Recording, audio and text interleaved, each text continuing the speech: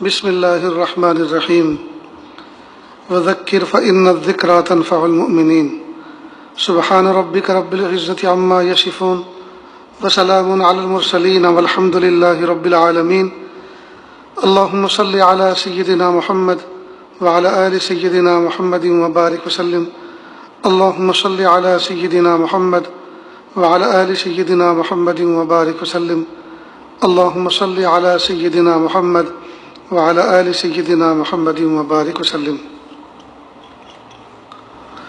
ماہ رمضان مبارک کی 7 تاریخ ہے، سن 1441 ہجری ہے، مئی مہینے کی پہلی تاریخ ہے اور سن 2020 عیسوی ہے۔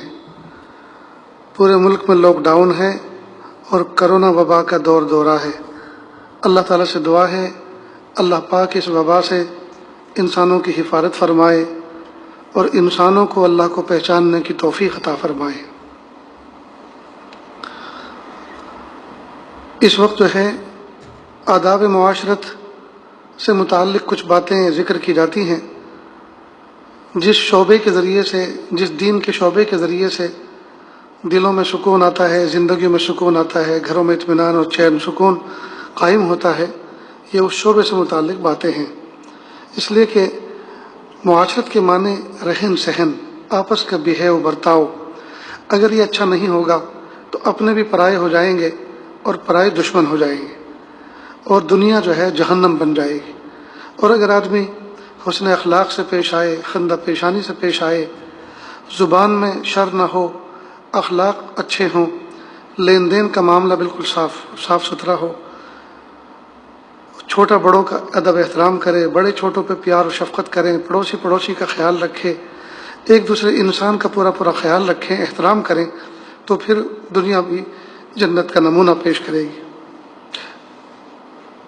تو وہ بنیادی باتیں جو انسان کی زندگی میں پیش آتی رہتی ہیں، جن کی وجہ سے کئی مرتبہ اگر اس کا سلیقہ نہ ہو تو دوسروں کو تکلیف پہنچتی ہے، ان میں بہت ساری باتیں ہیں۔ تو گزشتہ کل کھانے سے متعلق کہ ہمارے گھر پر اگر کوئی مہمان آئے یا ہم دسترخوان بچھائیں تو ہم دسترخوان کس طرح سے بچھائیں اور دسترخوان کی ترتیب کیا ہونی چاہیے، اس سے متعلق کچھ باتیں ہوئی تھیں۔ کچھ باتیں اس میں رہ جاتی ہیں تو آج کی مجلس میں انشاءاللہ ان کو پیش کیا جاتا ہے۔ عام طور پر کھانے سے پہلے ہاتھ دھونا مسنون ہے، ہمیں چاہیے کہ ہم ہاتھ دھو لیں، اس لیے کہ ہاتھ میں کئی مرتبہ بیکٹیریا ہوتے ہیں، ہاتھ گندے ہوتے ہیں، کام کاج کرنے والے اپنے ہاتھوں کو کام کاج میں مصروف رکھتے ہیں تو ہاتھ پہ آئل لگا ہوتا ہے، گندگی ہوتی ہے، آلودہ ہوتے ہیں، ظاہری بات ہے اس صورت میں تو ہاتھوں کا دھونا اور واجب ہو جاتا ہے۔ لہذا کھانے سے پہلے ہر آدمی ہاتھ دھوتا ہے۔ تو کئی مرتبہ جب دسترخوان بچھایا جاتا ہے اور ذی احترام مہمان لوگ آتے ہیں تو دسترخوان پہ ان کے ہاتھ دھلاتے ہیں۔ بہتر یہ ہے کہ دسترخوان بچھانے سے پہلے ہاتھ دھلانے چاہیے، جیسے کہ گزشتہ کل بھی ذکر کیا تھا کہ دسترخوان وہ قابل احترام چیز ہے جس پر اگر کوئی چیز بائی چانس گر جائے تو اٹھا کے کھا لینے کا حکم ہے، نہ یہ کہ ہم بائی چوائس اس کو خراب کریں۔ تو اب اگر دسترخوان بچھانے کے بعد ہاتھ دھلایا جاتا ہے تو کئی مرتبہ کھانا آنے سے پہلے دسترخوان بچھا دیا، اب ڈول لے کر، بالٹی لے کر یا کوئی بڑا سا برتن لے کر ہاتھ دھلاتے ہیں۔ اب جب ہاتھ دھوتے ہیں تو اچھے خاصے چھینٹے برتن کے باہر گرتے ہیں، اور وہ باہر کیا گرتے ہیں؟ دسترخوان کے اوپر گرتے ہیں۔ اب اسی کے اوپر کھانے کی چیزیں لگنے والی ہیں۔ اب ظاہر ہے کہ جب ہاتھوں سے چھینٹے اچھل کر دسترخوان پر گر گئے، اب اس پانی کی چھینٹوں کے ساتھ کھانے کی کوئی چیز گرے گی تو آدمی کو کراہت ہوگی۔ اس لیے دسترخوان کے ادب کے یہ خلاف ہے کہ ہم دسترخوان پہ برتن رکھ کر ہاتھ دھلائیں۔ تو بہتر یہ ہے کہ دسترخوان بچھانے سے پہلے ہاتھ دھلا دیے جائیں، اس کے بعد دسترخوان بچھایا جائے۔ ایک بات تو یہ، کئی مرتبہ یہ ہوتا ہے کہ ایک ہال کے اندر دسترخوان پہلے سے چن دیا جاتا ہے، یعنی دسترخوان کا کپڑا بچھا دیا جاتا ہے، پلاسٹک بچھا دی جاتی ہے، اس کے اوپر پھر جتنی بھی کھانے کی قسمیں ہیں وہ ساری کی ساری سجا دی جاتی ہیں، ڈھک کر رکھ دیا جاتا ہے۔ اب مہمانوں کو اندر بلایا جاتا ہے کہ تشریف لائیے، اور پھر بلا کر ہاتھ دھلاتے ہیں، تو یہ تو اور زیادہ بری چیز ہے۔ اس لیے کھانے کی چیز نیچے روٹی رکھی ہے، سالن ہے، فروٹ ہے، اور نہ جانے کیا کیا چیزیں ہیں. اب ان کے اوپر جب آپ ہاتھ دھلائیں گے تو ان پر چھینٹے گریں گے. تو بہتر یہ ہے اس صورت میں مہمان جہاں بیٹھے ہوئے ہیں وہاں سے ان کو بلایا جائے گا اس ہال کے پاس، اس ہال کے اندر جہاں دسترخوان لگا ہے، تو ہال میں بلانے سے پہلے ہال کے دروازے ہی پر برتن میں ہاتھ دھلا دیے جائیں. یہ واش بیسن قریب میں ہو تو وہاں ایک آدمی کھڑا رہے اور کہے کہ جی واش بیسن میں ہاتھ دھو کر بیٹھتے جائیں. تو یہ طریقہ بہت مناسب ہے. البتہ کوئی ایسے بہت ذی احترام بزرگ قابل احترام بہت ہی لطیف مزاج والے اور نازک بیمار ہوتے ہیں تو ان کو جگہ جگہ پہ اٹھانے سے بہتر یہ ہے کہ جس جگہ وہ بیٹھے ہوئے ہیں چھوٹا سا برتن ان کے سامنے کر دیا جائے اور ایک برتن سے پانی بہایا جائے تاکہ اس برتن کے اندر وہ ہاتھ دھو لیں.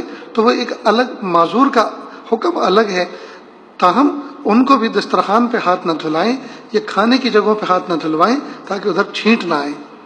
کنارے پر کر دسترخوان کے بالکل کنارے، اس طور پر کہ کوئی امکان و شائبہ ہی نہ رہے دسترخوان پہ چھینٹ اوڑنے کا.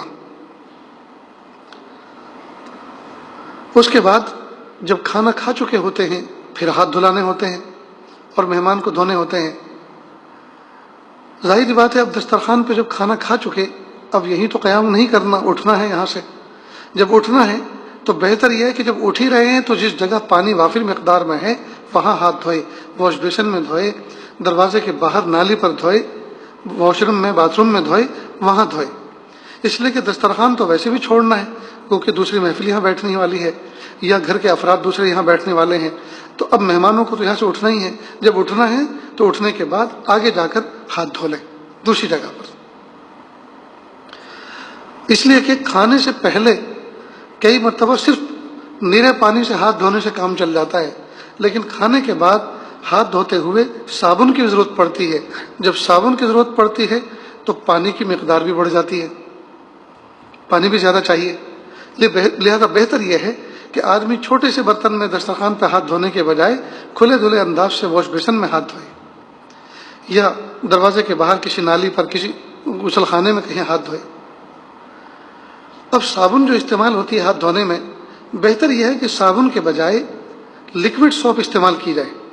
اس لیے کہ کئی مرتبہ صابن کو ہم سے پہلے کسی نے استعمال کیا ہے، اب اس کے ہاتھ میں چاول بھی تھے، مرچ مسالے بھی لگے تھے، اب اس نے صابن سے جب ہاتھ کو رگڑا تو مرچ مسالے صابن پہ چپک گئے. اب جب آپ نے اس صابن سے ہاتھ دھونا شروع کیا تو پہلے تو آپ نے صابن کو دھویا پھر اس سے اپنے ہاتھ کو دھویا تو صابن بھی ڈبل خرچ ہوئی. ایک مرتبہ صابن دھلی، دوسری مرتبہ اس سے آپ کے ہاتھ دھلے. پھر یہ کہ اس کو سنبھال کے رکھنا ایک بڑا مسئلہ. اور عام طور پر صابن کو اگر کیئر سے اچھی طرح سے نہ رکھا جائے تو وہ رکھے گلتی رہتی ہے، اس میں کچھ نہ کچھ صابن دانی کے اندر پانی بھی پڑا رہتا ہے تو وہ زیادہ اس میں نقصان ہوتا ہے. تو بہتر یہ ہے کہ ڈسپینسر ہو، لکوڈ سوپ اس کے اندر ہو، بس ایک قطرہ اپنے ہاتھوں پہ ٹپکایا اور اس سے ہاتھ دھو لیا تو صابن دھونے کی ضرورت نہیں ہوتی. اس لیے کہ وہ صابن نہیں ہے بلکہ لکوڈ سوپ ہے، وہ سیال سوپ ہے.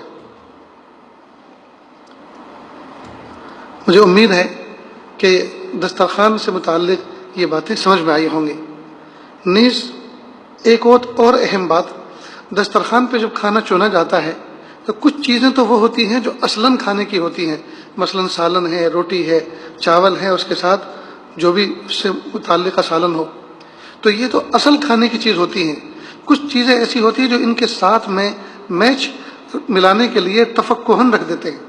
مثال کے طور پر تھوڑے سے کباب تل کے رکھ دیے جاتے ہیں یا پاپڑ رکھے جاتے ہیں یا کوئی اور اس طرح کی چیز، یا مثلاً چکن پیس ہے، لیگ پیس ہیں، تندور میں سیکے ہوئے رکھ دیے جاتے ہیں. تو وہ اصل نہیں ہوتے. اصل تو ہوتا ہے روٹی اور سالن، اصل تو ہوتا ہے چاول اور دال مثلاً. اور یہ جو چیزیں ہوتی ہیں لیگ پیس ہیں یا اسی طرح سے کباب ہیں، تو یہ چیزیں اصلاً نہیں ہوتی، یہ تو تفقہن ہوتی ہیں، تھوڑی سی تفریحن ہوتی ہیں، اکرامن ہوتی ہیں.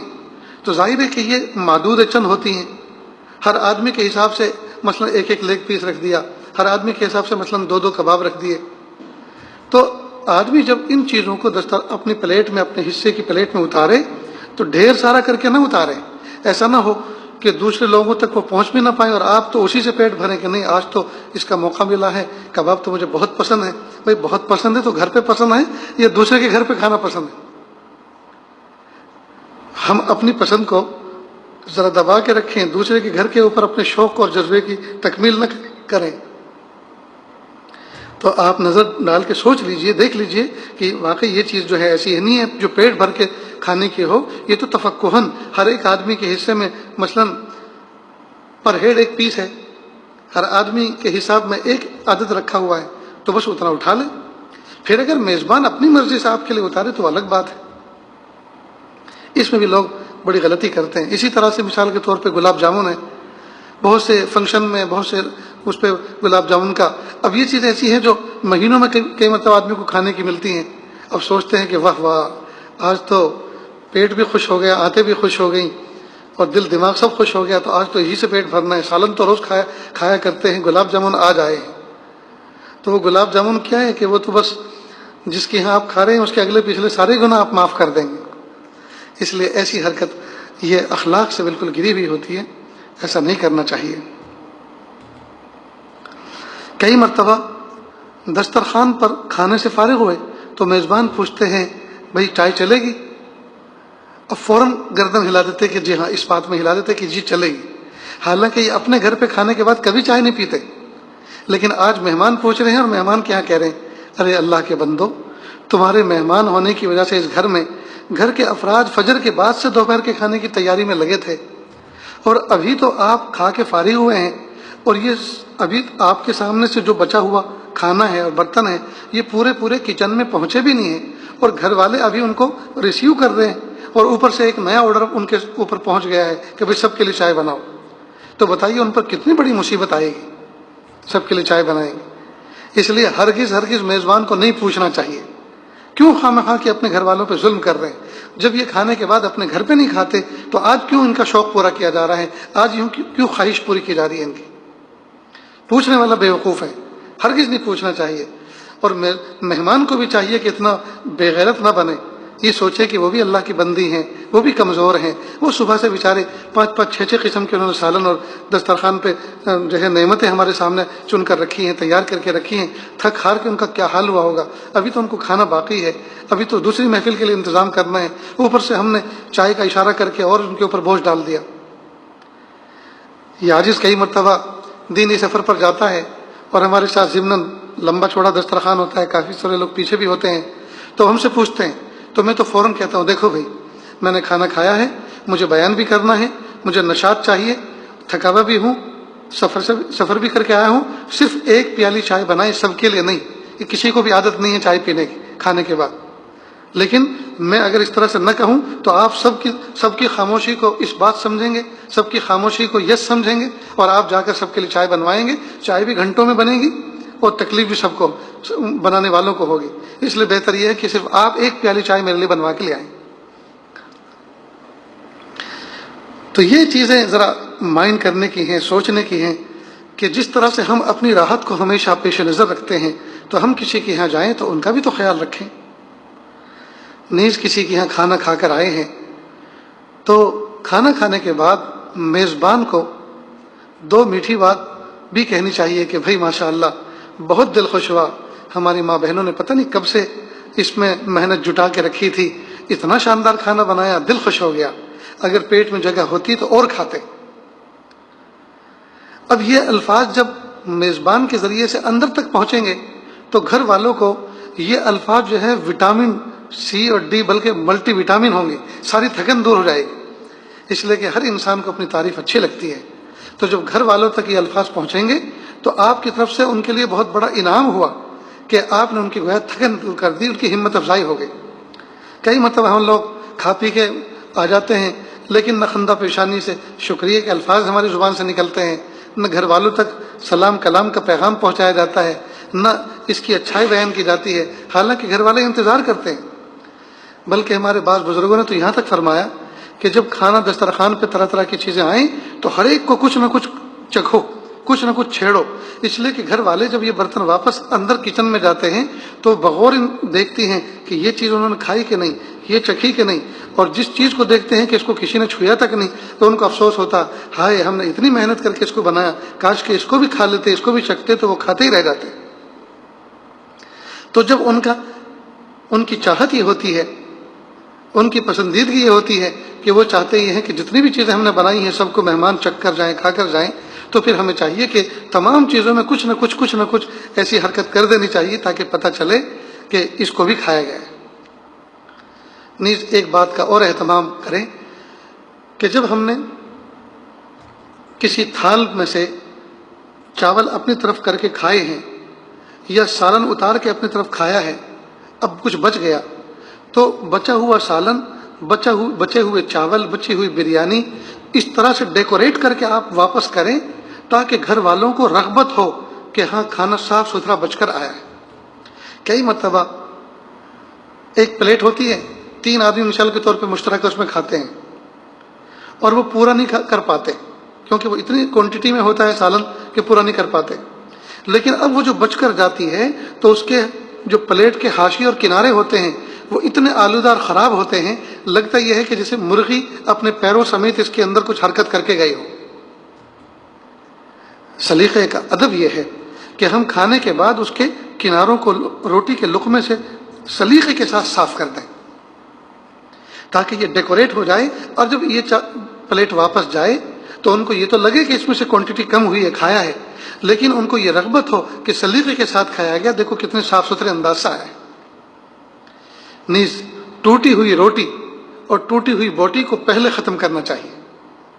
عام طور پر ایک روٹی میں سے 2 ٹکڑے کیے، ایک آدمی نے اپنے ہاتھ میں رکھ لیا، دوسرا ٹکڑا سامنے رکھ دیا، دوسرے آدمی نے فریش دوسری روٹی اٹھائی، وہ اس کے 2 ٹکڑے کیے، ایک اپنے استعمال کیا، ایک رکھ دیا۔ تو یہ ٹوٹے ہوئے جب اتنے سارے ٹکڑے ہو جائیں گے تو پیچھے آنے والے دوسرے لوگوں کے سامنے جب ٹوٹی ہوئی روٹی رکھی جائیں گی تو ان کو لگے گا کہ لو ہمارے لیے فریش روٹی نہیں تھی، ہمیں کسی کا بچہ کچا کھلایا جا رہا ہے، تو ان پر غلط امپریشن، غلط اثر پڑے گا۔ اس لیے ٹوٹی ہوئی روٹی کو پہلے نپٹاؤ۔ نیز اس عاجز کا یہ بھی مزاج اور ذوق ہے کہ دسترخوان پر اگر کھانے میں آملیٹ ہو، ناشتے پہ خاص طور پر، صبح کے کھانے میں عام طور پر ناشتے میں آملیٹ ہوتی ہے، تو بہتر یہ ہے کہ آملیٹ کو پہلے نپٹا دو۔ وجہ اس کی یہ ہے کہ سالن اگر بچ گیا تو اس کا کوئی حرج نہیں، اسٹور ہو سکتا ہے، ریسٹور ہو سکتا ہے، اس کو فریج میں رکھ کر دوبارہ گرم کر کے کئی وقت کھا سکتے ہیں۔ لیکن آملیٹ ایسی چیز اگر یہ بچ گئی تو یہ پلاسٹک بن جاتی ہے، اس کو ریسٹور نہیں کیا جا سکتا، اور اگر اس کو کر بھی لیں تو پھر نہ اس کو گرم کیا جا سکتا ہے نہ اس میں مزہ رہتا ہے، تو گھر والوں کا نقصان نہ ہو، اس کا اہتمام کریں، گھر والوں کا نقصان نہ ہو۔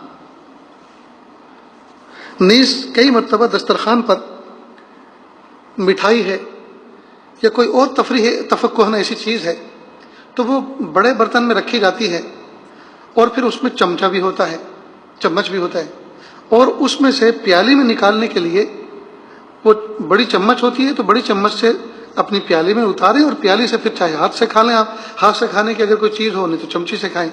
بہت سے لوگ کہتے ہیں کہ ہاتھ سے کھانا سنت ہے، تو کیا کھیر بھی ہاتھ سے کھائیں گے؟ ہاتھ سے کھانا یقیناً سنت ہے، لیکن کچھ چیزیں ایسی ہوتی ہیں جو ہاتھ کی گرفت میں نہیں آتی، مثلا کسٹرڈ ہے تو اس کو ہاتھ سے کیسے کھائیں گے؟ یا مثلا آم کا جوس ہے،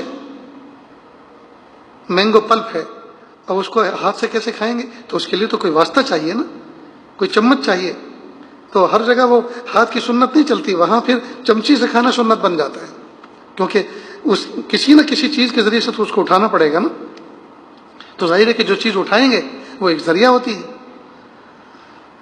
کئی مرتبہ لوگ کیا کرتے ہیں، وہ جو بڑا برتن ہے اسی میں کھانا شروع کرتے ہیں، چھوٹی چمچ سے بڑے برتن سے کھانا شروع کرتے ہیں، تو یہ بھی پھر دوسرے لوگوں کے لیے کراہت کا باعث بنتی ہے۔